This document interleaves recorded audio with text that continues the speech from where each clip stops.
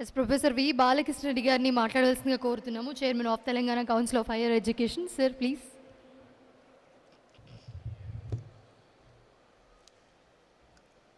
Hello, good morning and welcome to everyone.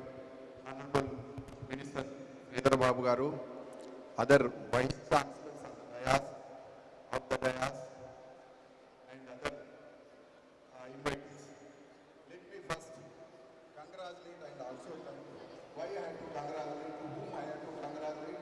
I want to congratulate both TV9 and Staff Consultants because they are organizing an event that is going to decide the destiny of the future of the students. Today, yes, definitely, speaker spoke about a confusing stage. What kind of courses we can take, whether employability is there, this kind of confusion situation. Both, again, TV9 and also CAP consultants are providing services. It's not today, this year, but series of programs. Last, I think, 2 decades they are doing. I want to congratulate them, and also I want to thank because they invited me to share some of my thoughts with you all. So friends, today let me first start with thanking Honorable Minister. He was so busy, but his affection towards the education, his affection towards the children, particularly youth, today he is here, otherwise he is so much busy.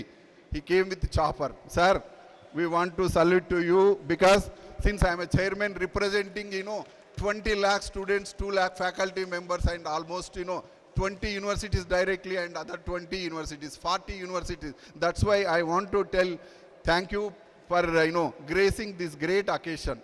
Okay, coming to the future, right? Today you are all here, you have to choose the courses. I want to tell you why education is important as a chairman. Today, India, compared to many countries, so the advantage we have, population is a liability most of the time, but I'm telling you the population which India has is an asset because youth population. 65% of the population is 35 years age below. I'm happy to share with you all that 50% of the population is 26 years below 26 years. That is where education matters. So, sir, if we give good guidance, good education, means country, India, if not, I don't know, economically, politically, but we are going to rule the globe in human resource. ప్రపంచానికి కావాల్సినటువంటి human రిసోర్స్ని ఇచ్చే country ఏదయ్యా అంటే అది కేవలం భారతదేశమే. కాబట్టి ఇలాంటి programmes పెట్టి మన యూత్కు next 5 years, 10 years, what kind of courses we required. నేను ఎప్పుడు చెప్తుంటాను, today the competition not with KL is competing with Srinidhi or XY. Today competition is with global competition. So that's why our education system should keep in mind the global needs, global competition, industry needs and kuda cheptuntam. So that's why I want to compliment and all are here. So education. Sometimes we have a doubt saying that, sir, today the youth has nervous, we don't have employment, but I can prove you as a law person, I speak with evidence. You all cross check what I am speaking, then you can ask me. Opportunities gurinchi oka మాట చెప్తాను. I want to tell you, from deep seabed to outer space, you name any area, I can give with statistics. For example, when I say deep seabed, you all know that globe is covered with water, 71% of water, not mere water. It gives you abundant resources, living, non-living. Why I am telling is that, there is one document called Maritime India Vision Document 2030 released by Prime Minister in December 23. It says up to 30, decade 2030, up to 30, India is going to have 3 lakh crore investments and 20 lakhs jobs in one sector. You can cross check in Google. If one sector gives 20 lakhs jobs, and same thing with land, aviation. Today, the kind of growth is happening in the aviation nowhere in the world. Across the globe you take 4 to 5%, sir, but in India, domestic growth, 10 to 12%. And if I can give you 1% of the population, you all know that today we are reaching almost 1.5 billion, 150 crores reaching. 1% of the population till towards from other modes of transport, railroad, shipping to air transport, India needs 600 aircrafts. India needs 100 airports. But my question to all educators are here. Do we have a human resource creation in aviation? I mean to say that there are so many colleges. How many colleges have, aviation management?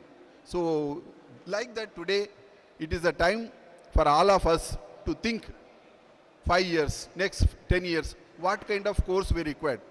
Of course, today everybody talk about education. Higher education means, engineering, medicine. Again, engineering means CSE. My request, humble request is that it is not that only CSE. You have to maintain all. So that's why Honorable Minister is there. I can tell you, even today, Times of India second page, published my article. What kind of courses, what kind of innovation Telangana higher education is doing under the able leadership of our Chief Minister and Council of Ministers like him. So I was guided by them, and we are coming out with innovative courses. Whether it's today, the trend is that multidisciplinary approach.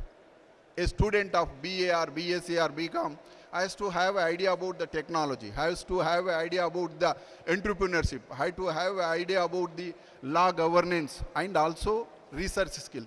Keeping all these things in view, we in Telangana higher education has initiated. Yes, one problem, because all education leaders are here, I want to tell what is the problem in the education system. One problem is today the academia industry connect is not there.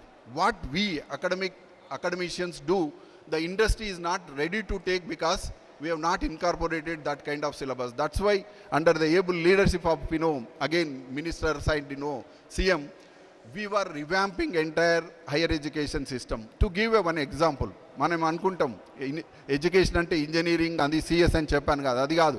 మా slogan, మా tag line ఏం తెలుసా? Degree దండగ కాదు పండుగ. I mean to say that, నేను నిజంగా చెప్పట్లేదు. ఏ course చూసినా కానీ అలాంటి అవకాశాలు ఉన్నాయి. కాబట్టి ఏ కోర్స్ అయినా, ఇంతకుముందు కేఎల్ యూనివర్సిటీ వారు చెప్పారు, ఏ కోర్స్ అయినా చేయండి కానీ కష్టపడి చదవాలని. సో తప్పకుండా అది మేము చెప్పేది అదే. సో ఇష్టమైంది కష్టపడి చదవాలి. Yes, today I'm here in front of IT Minister, you all, because you are most of the engineering college. I'll speak 2 minutes about the technology, how it is influencing.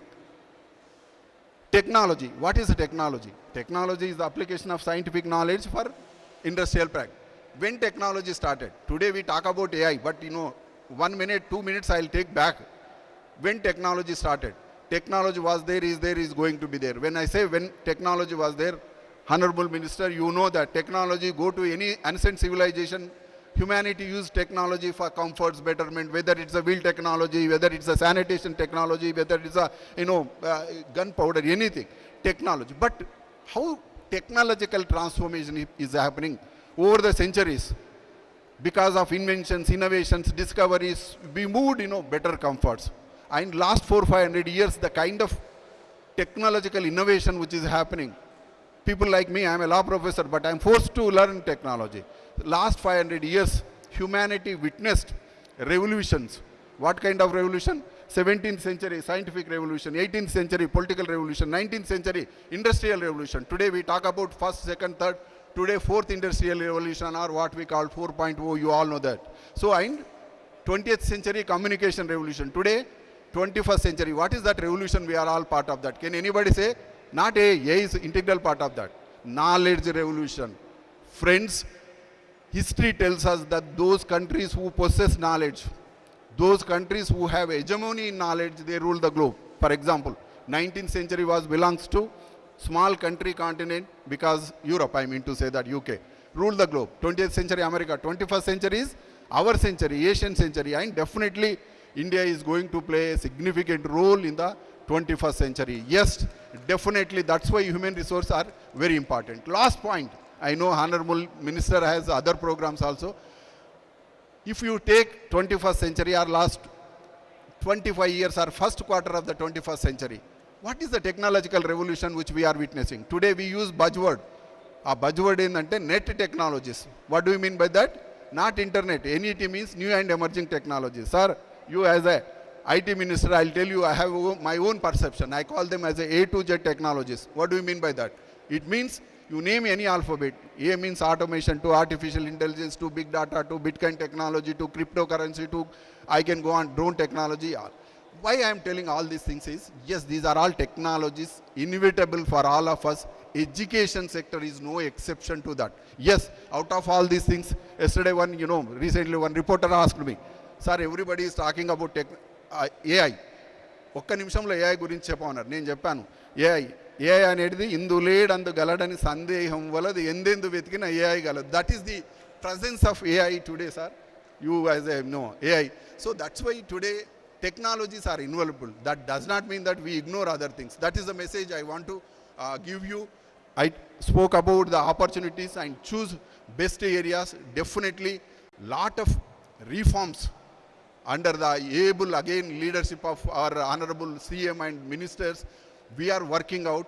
Just now I told you whatever I spoke, I gave with evidence. And today the kind of reforms which we are, welcome to Malaredi garu,